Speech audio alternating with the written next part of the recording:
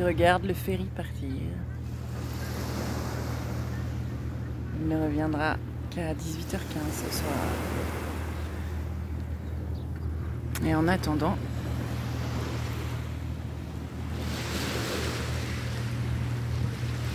je suis dans ce petit coin de Paris.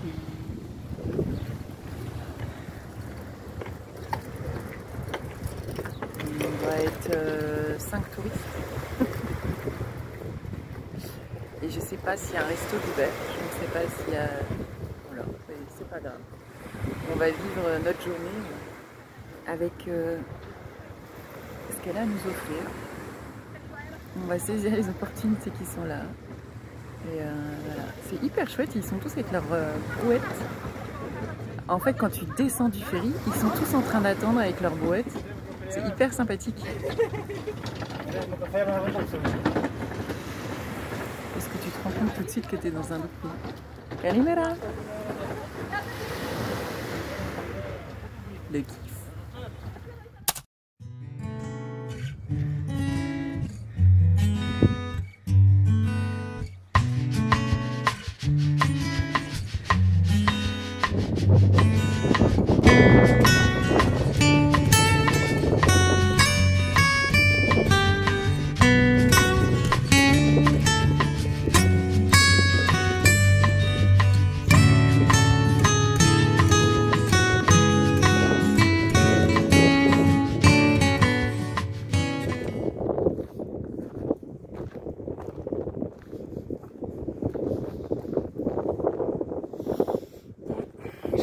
Saluer le gardien des lieux, parce qu'il est clairement là pour ça, pour protéger ce qu'il y a là, les énergies qui sont présentes. Il est assez impressionnant en énergie. C'est quelque chose de très... comment expliquer?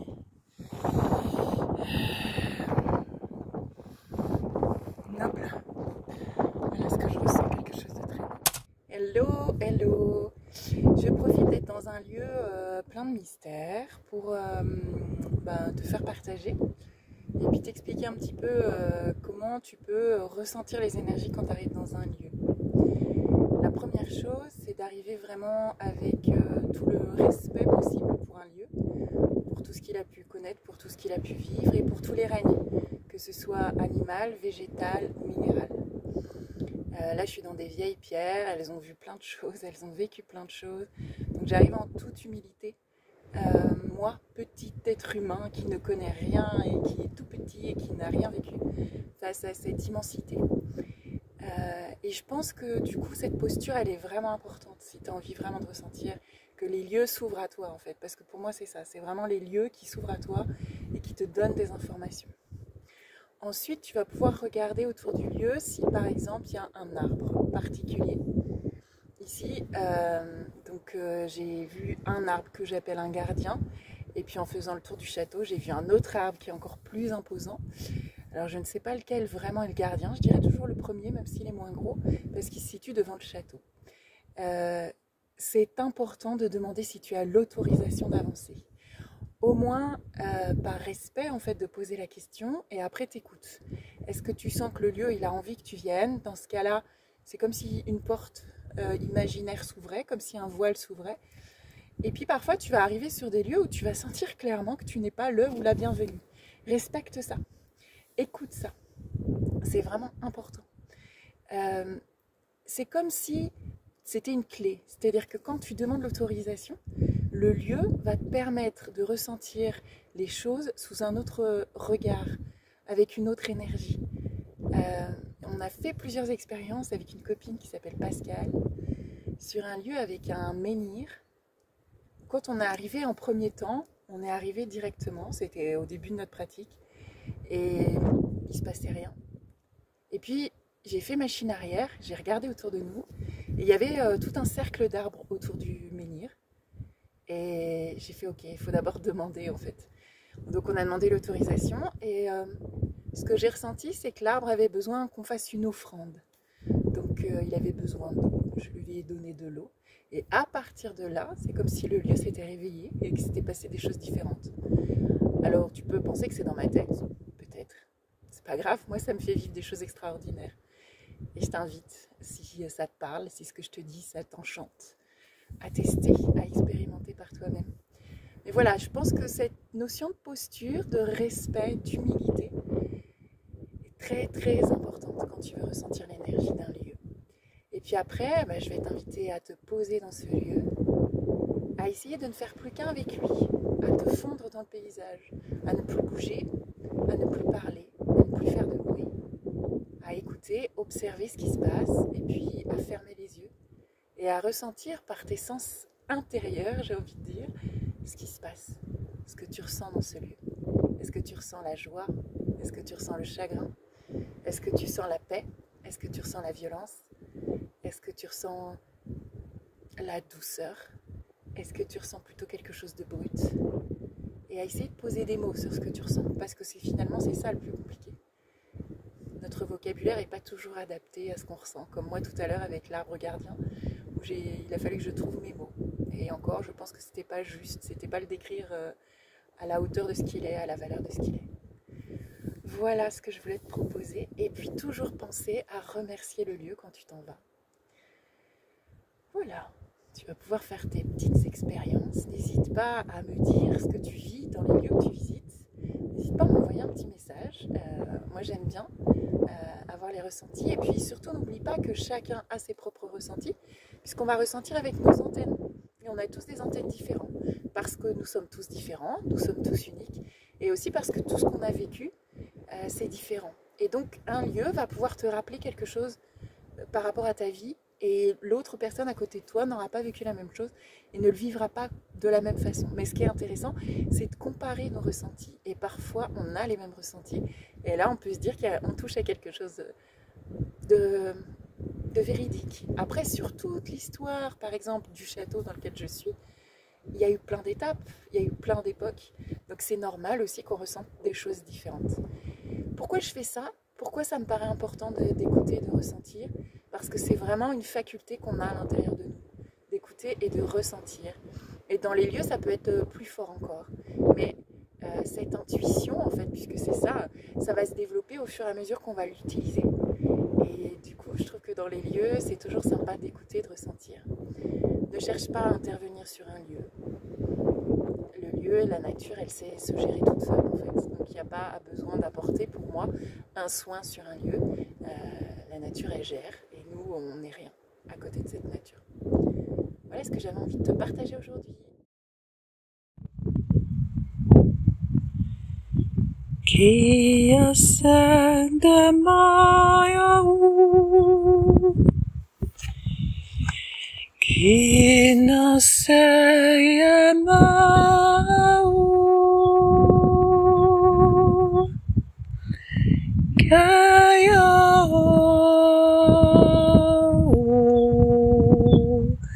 ya namaya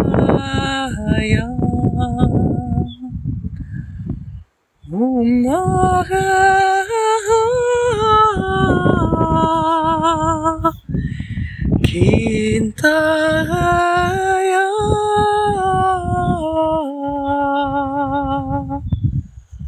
Mumbaya ya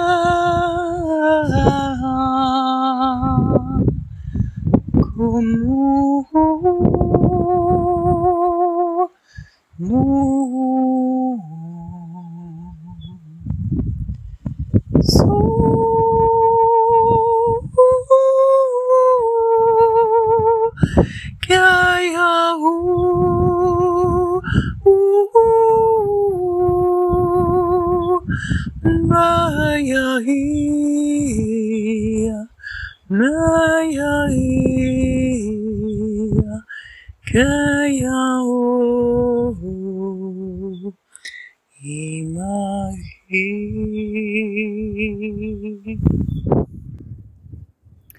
Ici dans ce lieu par exemple, ce que je ressens, déjà en fait ce qu'on peut voir, c'est qu'il y a des crottes de moutons. Et donc la vie passe par ici. Et ça c'est déjà un bon signal, parce que crois-moi, il y a des châteaux où même les moutons, il y a l'abeille qui vient faire un coucou, où même les moutons ne viennent pas. Donc Donc c'est vraiment un endroit qui est en harmonie aujourd'hui avec la nature. Et voilà, je te montre un peu les lieux. Je découvre en même temps que toi en fait. Mais j'aime bien. Je sais pas sur quoi je vais tomber. Je pense que les moutons sont pas très loin. J'aimerais bien les voir. Parce que je les entends. J'entends leurs cloches. Leurs petites cloches. C'est peut-être des chèvres d'ailleurs plus que des moutons. Je ne sais pas. Il y a des drôles de végétation. Il y a des drôles de... Voilà, là il y en a encore un beau là. Des drôles de plantes. Si quelqu'un sait ce que c'est. Elles sont vertes et puis après elles font quelque chose de très propre. Je ne connais pas. C'est magnifique. C'est juste incroyable comme lieu. Regarde ça. Oh, regarde. Je l'avais pas vu encore. Je la découvre en même temps que toi. Regarde ce qu'il y a là. Il y a une jolie spirale.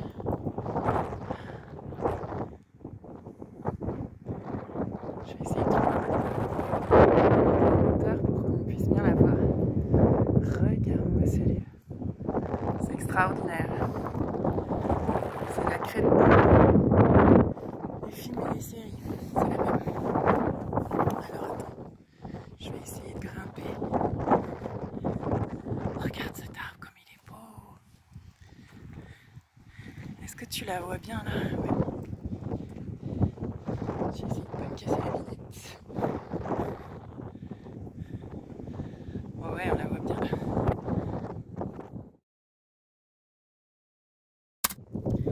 Je te fais une petite vidéo pour te dire ce que j'ai ressenti dans la spirale. Donc si tu as suivi mes aventures, tu sais que en arrivant en Crète, je m'en suis fait tatouer une juste là derrière l'oreille. La spirale, c'est à la fois l'infini, mais c'est aussi l'évolution. Le fait qu'elle soit derrière mon oreille, c'est l'écoute de mon intuition pour mon évolution. Et du coup là, de voir cette spirale, alors je savais qu'elle était là, mais je savais pas que j'allais la trouver maintenant. Donc t'as vu, je l'ai découvert en même temps que toi. Et vraiment ma guidance m'invite à travailler avec cette forme-là, la forme de la spirale, pour revenir à l'intérieur de soi, pour revenir sur l'écoute. Et donc c'est ce que j'ai fait là. J'ai suivi la spirale, j'ai pas bougé les pierres, même s'il y a des endroits où c'est imparfait, c'est pas grave, je me dis que c'était comme ça au moment où je suis arrivée, que c'est juste comme ça. Et du coup j'avais beaucoup d'émotions en fait à faire le tour, c'était pas que confortable. Et j'ai pris mon temps, j'ai écouté. Et puis quand je suis arrivée au centre, en fait ce que j'ai ressenti surtout c'est la protection. Je sais pas si tu vas voir, du coup j'ai mon sac à dos, c'était peut-être pas une bonne idée. Ah mais je peux pas tourner. Mais en fait il y a vraiment un cercle de pierres tout autour. Par qui est-ce qu'il a été fait? J'en sais rien. Là c'est pareil, en fait au pied de cet arbre, t'as comme... ça fait presque comme l'arbre, pas l'arbre africain, avec des pierres qui sont disposées autour de l'arbre pour discuter. C'est chouette. Et du coup, ouais, je me suis vraiment sentie très protégée à l'intérieur de cette spirale, comme si on venait à l'état de fœtus en lien avec la terre-mère. Et c'est magnifique. Donc je sais que je vais vraiment utiliser en fait cette forme dans mes futurs stages, et notamment dans mon futur stage qui va s'appeler Femmes. Donc il y aura des journées femmes, où je vais te parler, l'idée ça va être de se rassembler pour expérimenter une journée ensemble, pour se connecter en fait à ces énergies des anciennes. C'est cool, il y a le vent qui m'accompagne, j'adore. Pour se connecter aux énergies des anciennes, pour aller chercher vraiment à l'intérieur de soi notre capacité à écouter le monde. Et donc c'est la vadrouillette qui reprend du service cet été. Donc l'idée c'est que j'aille un petit peu partout en France, là où on m'accueille, là où on me reçoit, pour proposer cette journée femme. Donc pour ça je vais demander en fait à des hôtesses si du coup tu as envie que je vienne dans ta région pour proposer cette journée. N'hésite pas à me contacter. Je trouve ça sympa en fait d'avoir quelqu'un en contact sur place, et puis c'est quelqu'un qui va pouvoir vivre aussi le stage de façon, enfin la journée de façon différente. Voilà, avec les coulisses aussi, et qui va aussi prendre sa place dans le cercle de façon différente. Et puis il y aura un stage, donc le stage femme de 4 jours. Il sera dans le Massif central, dans un endroit extraordinaire dans lequel il y a une spirale végétale justement. Et au pied du Puy de Sancy, enfin c'est magnifique, c'est un endroit magnifique avec une forêt. L'idée c'est vraiment d'utiliser tout le potentiel nature qu'on aura autour de nous. La yourte, puisqu'il y a une yourte, donc voilà, et ce stage, il aura lieu du 21 au 25 juillet, voilà, à Chastrex, dans la montagne d'Anse. Et ça va être vraiment un retour aux femmes qu'on est, quoi. Et vraiment expérimenter la sororité sur ces 4-5 jours, avec des temps de pratique, donc avec des temps de voyage, avec des temps de chant du cercle de guérison, avec des temps peut-être de danse, avec des temps de rituels, de cérémonies. Voilà, sur 4 jours, ça va être juste extraordinaire. Et bien sûr, avec au programme de la libération de lignée, ça c'est certain. Du nettoyage, de lignée, mais peut-être pas que. Aussi, j'ai beaucoup la loyauté familiale qui vient ces derniers temps, donc il y a peut-être aussi des choses à nettoyer là-dessus. Et puis vraiment aller se reconnecter en fait à ce potentiel qu'on a toutes, qu'on porte toutes, de créer le monde, mais aussi de pouvoir l'écouter et de pouvoir communiquer avec lui. Voilà, tu vois, je pensais pas parler de ça aujourd'hui, mais finalement c'est là. Donc voilà, les journées un peu partout, il y a déjà des journées de posées, une en Vendée, une en Ariège, peut-être une en Bretagne. Voilà, si tu as envie que je passe par chez toi et que je propose cette journée, n'hésite pas à me contacter. Et puis ce stage, il y aura 10 places, donc à la montagne d'Anse. Il y a déjà certaines informations sur mon site internet. Voilà, et en fait je pensais pas du tout annoncer ça là, mais le fait qu'il y ait la spirale, et voilà, je sais que c'est une géométrie avec laquelle on va travailler. Il y a vraiment en fait déjà des pratiques qui me sont arrivées sur comment travailler avec cette géométrie, et j'ai hâte de l'expérimenter avec toi. Voilà, voilà ce que je voulais te dire. Je te fais un petit dernier tour quand même de paysage, que tu puisses profiter avec moi. Cet arbre est juste extraordinaire.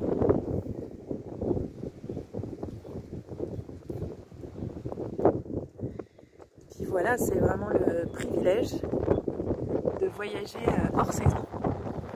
Donc c'est pas toujours évident côté pratique, mais je suis toute seule. Ça c'est cool.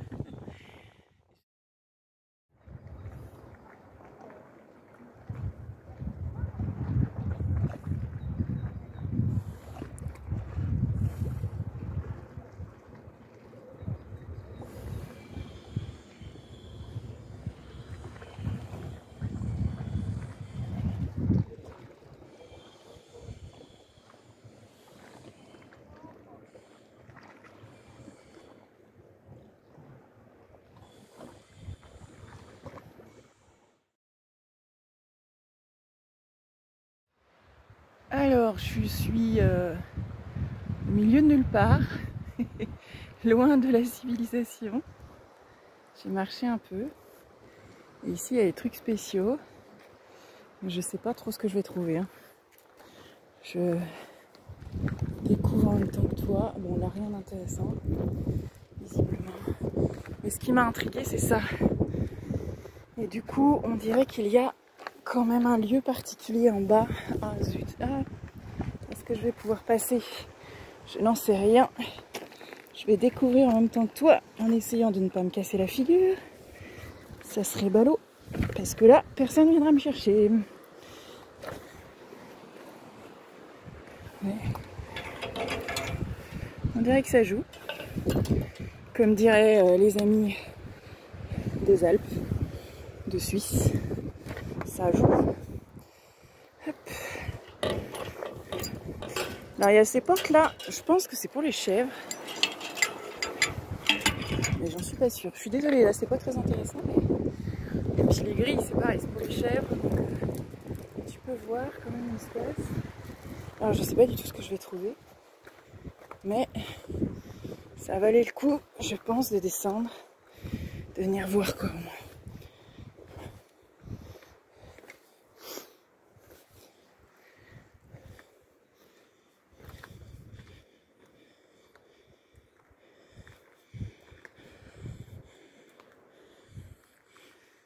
Il y a une grotte là derrière.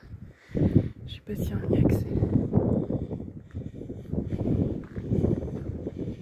Oh, on n'y accède pas, zut.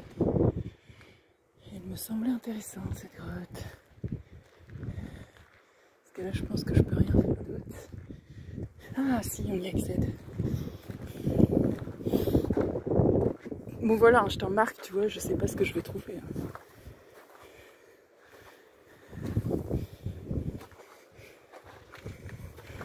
Ah bah visiblement, je suis pas la première à la découvrir celle-là. Il y a des tables et des chaises en plastique. Bon voilà. C'était l'exploration du jour. J'adore. Je me fais rire toute seule. C'est pas beau ça? Non, ici il y a quand même une énergie de assez dingue. Je dirais mariale, donc de Marie. Forte. Donc, je vais prendre le temps là de me poser tranquillement. C'est con qu'il y ait les grillages, mais tant pis. Salut!